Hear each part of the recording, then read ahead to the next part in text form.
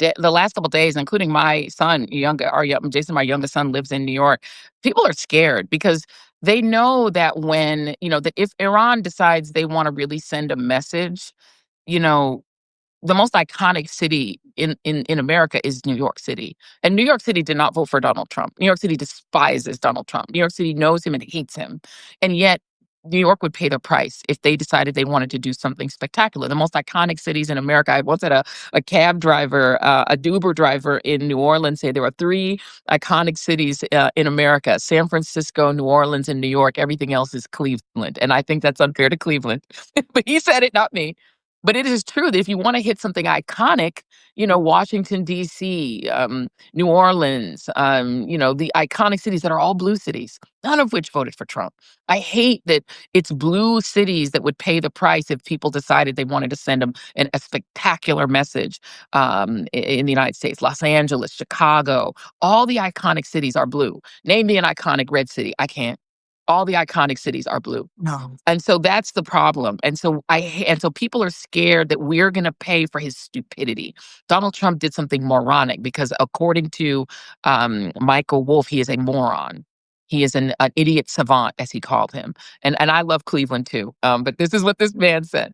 But the reason he said it, by the way, is they're saying that in most cities they have that same mall that's got a Macy's at one end and a J.C. Penney's at the other.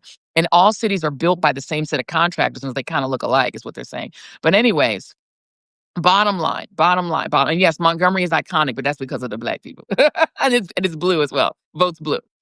Um, and so I think one thing I'm hearing is people genuinely afraid that Iran, if they take revenge inside the United States, it's going to hurt blue people and it's going to kill people and people are going to die.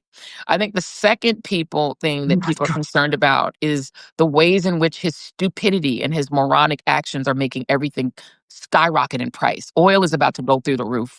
It's going to and when oil prices go up, food prices go up because food comes in trucks and trucks have to be filled with gas. And if he starts then an oil trade war, we could be back to where we were in the 70s. I think that he's about to wreck the economy. And that's the third thing I hear, that people are just really scared that by the time he's done, we're going to be in a recession, if not a depression, that even if they voted for Trump, people are really scared now. Not the cult ones. They don't care. They would go poor and starve for Trump. But the regular people, even if they voted for him, I think are afraid. I think they're afraid he's going to destroy this country. And then the last thing I hear, and I hear this a lot, the idea that kidnapping is now standard procedure in the United States, as if we live in Nazi Germany, I think scares people. I'm here in New York City today and this week where kids are afraid to go to school in the Bronx, in Brooklyn.